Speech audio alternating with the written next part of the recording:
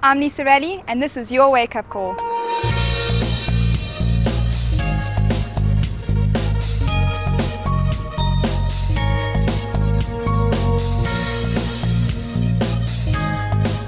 Keep It Real, powered by Ned Group Life. Let's make it happen. Today on Keep It Real, we're going to show you how anything is possible and that you can achieve your dreams if you put your head to it. And I'm chatting today to Stu Toy, igniter and personal coach. So Stu, where were you long before you decided to do Ironman? Well, in 2008, I found myself in a unique position. I was balding, now bald, single, suddenly single, alone, lonely. I was living in Cape Town. I had a great job with a fantastic magazine. But the reality was that I needed more out of it. For me at that stage it really became about trying to find a way to prove to myself that I was worthy and that I was a man. So I found this thing called Ironman that was way bigger than anything that I could ever imagine, and that's where it started. But at 97 kilos and balding, it's a very long journey. So had you ever cycled or run anything before? I'd been the sort of weekend gym bunny. I was the guy with the Dick Wheeler that was riding the 94.7 in the August. That was me. And I'd done a sort of a 5-10k run before. That's where it started, and you realize that it's like how do you eat an elephant? It's just one bite at a time. And I found that the process really was about believing in myself. And once I took a step, confidence becomes confidence, and I found that suddenly I was able to do things. So the next step really after that was going, I went online. I decided I was going to do a marathon, and I googled what the best marathon to do, and the one that came up was London, and I went click, and then I went buy a ticket, click, and I found myself with a return ticket to London and an entry. So what did it feel like when you crossed that line? I was sore, I was bleeding, and it was horrible. I was hungover. It was terrible. So, but at that stage it really meant that I could believe in myself, which is not something that I'd done before. And that's the most powerful moment in anyone's life, when they turn around and go, well, I can do this. And at the end of the day, I am just an average guy who's gone out and done this thing. And people look at me and they go, you're not average, you inspire people. And I go, well, thank you. But I was average before. Absolutely. And fit and overweight and down and out. And sure, and you start changing things, your diet. So how did that change? Drastically. I mean, from hamburgers and pizzas and everything to 6 meals a day, controlled protein intakes and so on.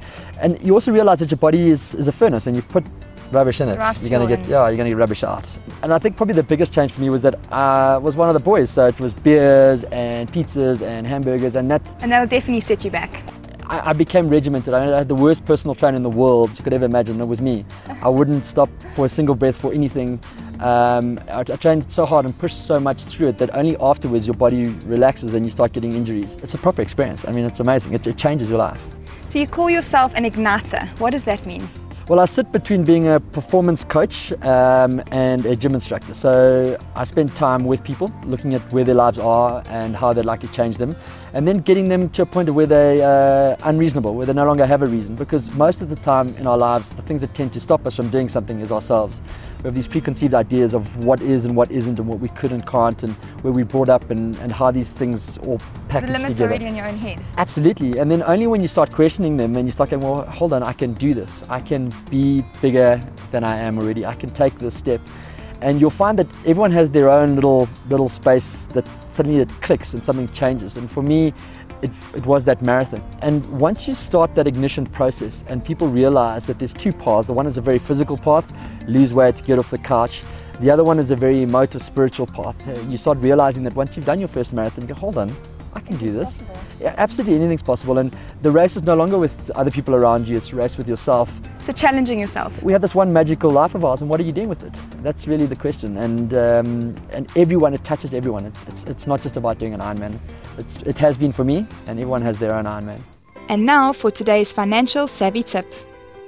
Focus on diversification, spreading your risk over different types of investments, thereby minimizing your risk exposure. To find out more about today's show and our featured experts and the chance to win awesome daily and weekly prizes, log on to keepitreal.co.za. So it's never too late. It's time for you to start making your bucket list and start facing your fears. This is Lisa Raleigh from Keep It Real. See you next time.